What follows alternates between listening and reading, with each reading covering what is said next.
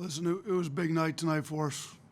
I mean, it was an Auburn-Alabama game. We'd expect it to be a great game. Bruce had his guys ready to go. You know, to be down 17 with just over 10 minutes to go in the game, I couldn't be more proud of our guys. Second SEC championship in 3 years here. And it was especially special tonight to do it in front of our fans. I mean, they were great tonight. I really want to thank our fans for all their support. They brought the energy. I thought it fueled our run there in the second half. We achieved a lot this year. I mean, we swept our in-state rival, which is a big deal around here. We went undefeated at home. It's not easy to do. Like I said, we won the SEC regular season. So we still got things we want to accomplish ahead of us. You know, the guys have worked hard. I'm super proud of them. Charlie?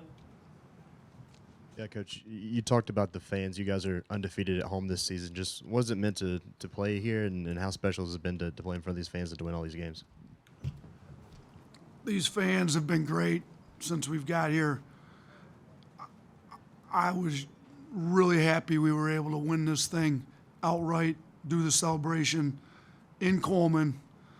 I mean, winning it 2 years ago was great, but you're on the road in a COVID environment at Mississippi State. Tonight was special, and we talked about it before the game. The under 8 timeout, we need to play a little harder. I said we're not losing this game because we didn't play hard enough to win it, and our guys came out and played harder. So it was special to do it here at Coleman.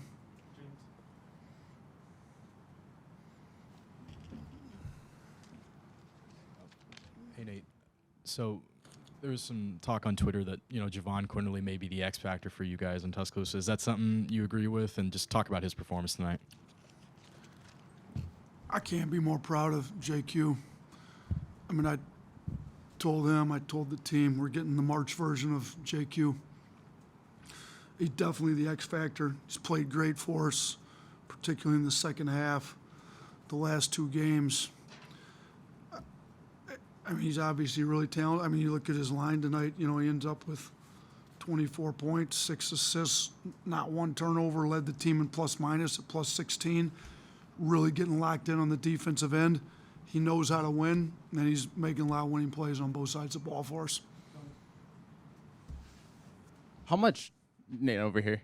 Oh, sorry. How much energy did that altercation with Javon Quinerly kind of inject into the team? And did you notice a difference in your players after that? Listen, we were in the middle of a run at the time. I was a little worried we might lose some of the momentum. But, we gathered them together. It was at the under 8 media timeout anyways, and just said we can't lose the momentum we had. We got to come out and get some stops right out of the gate. So I'm not sure that ignited us anymore because we were already in the middle of starting to run, but it was an emotional game, and we continue to make the run after that incident. Yeah, on JQ, in terms of him being patient, even with some issues with turnovers at times, maybe shots aren't falling for him at times, but for him to still be locked in at this point in the season, how's he impressed you, or what stood out by the way he's handled this season? We talk about different players' mental toughness. JQ showed a lot of mental toughness tonight. He's showing a lot for a guy that's fifth-year senior in March. Things haven't gone what we all would have hoped they would have gone for the whole year. People forget he's coming back from an ACL tear, and he came back faster than anybody ever imagined. So he played a lot of games early when he really wasn't 100%. He's 100% now, and I'm proud of the way he's been playing. He was huge for us these last 2 games. Coach, one more question about JQ. He's been here with you since the beginning. He came in when you were hired, and he came in that summer. How have you seen him grow just as a player and as a person since he came in with you in the summer of 2019? I think he's embellished the blue-collar winning attitude that we've tried to establish from year one. He sat out as a redshirt because he was ineligible on the transfer, learned the system. He came in First year he played was when we won the SEC. Last time we won the SEC regular season and the tournament both, he ended up being the tournament MVP. I think he's learned how to be a winner. He's gotten better as a player. He's gotten better as a leader. If you could hear him in the huddles, and I'm so proud of him as a leader. And, I mean, after the game, it just gives you a big hug, and we got a second one, kind of me and him together. I love all of our players, but I love JQ. I mean, he's taken a lot from some different people, a lot of criticism, unwarranted at that, but he's here. It's March, and we got March version of JQ. Yeah, Coach. I mean, all the stuff your team's been through this year, especially the last couple of months. What were the emotions like when that buzzer finally sounded?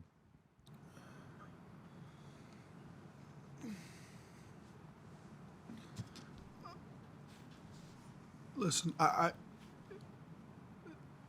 just couldn't be more proud of this group, to be honest with you. I mean, obviously it's a heartbreaking situation that's never lost on us, but kids have worked really hard. Winning the SEC is not an easy thing to do. I mean, look at the teams in this league. It's a great league. And I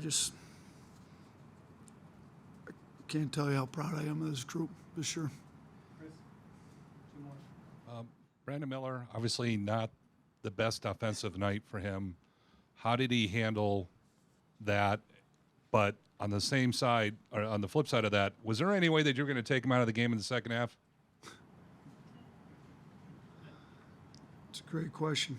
I think I did take him out. Did I take him out in the second half? I didn't? Yeah. You know what? I took him out in the first half. He's been pretty good for us all year. So we're going to go with our guys at that point. Look, I'll say this. We chart the blue-collar points. Brandon led the team. We had 90. We were down 10 in the blue-collar points at halftime. We finished the game. We chart ours and team totals for Auburn. We finished the game up 15. So we flipped the whole thing by 25 blue-collar points after halftime. Brandon led us with 23.5 blue-collar points. He got the hard hat tonight. Brandon finds other ways to impact the game other than just scoring. He stepped up to the free throw line, made huge free throws down the stretch for us. Led the team in rebounding. Him and Clowney both had 17 and 8. He's a winner, and I'm proud of him, and we rode with our guys tonight. In the last few minutes of regulation, and I think all of overtime, you went really small with Quinerly and Sears and Bradley all on the floor at the same time. What makes you comfortable going that small, especially with, at that point, Bediako out of the game? Yeah, obviously we don't do it often. We said at the beginning of the year we could play those guys together and a lot of credit goes to Jaden Bradley for him. He didn't start second half, came in, I think maybe came in 8 minutes to go, somewhere in that range in the second half. Just told him we need him to make as many winning plays as he could. He had that early turnover, rolled with him. I thought he made some tough plays. He's a winner. The finish he had at the rim, the free throws he made. Quinerly was playing great. Sears opened the second half great.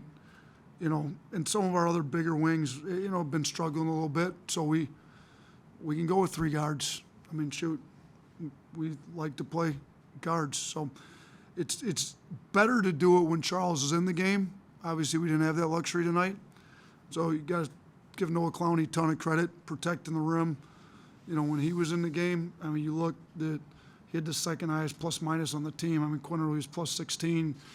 Noah Clowney's plus 11. I talked to Noah yesterday about just let's impact the game in a winning way. Let's make sure we're better on offense and defense both when you're in the game. Thought he did an unbelievable job protecting the rim. When he plays like that, and you compare him with Brandon Miller, and those 3 guards are all playing hard, it's something we've gone with in the past, and we roll with the group that made the comeback for us tonight. Appreciate you guys. Roll Tide.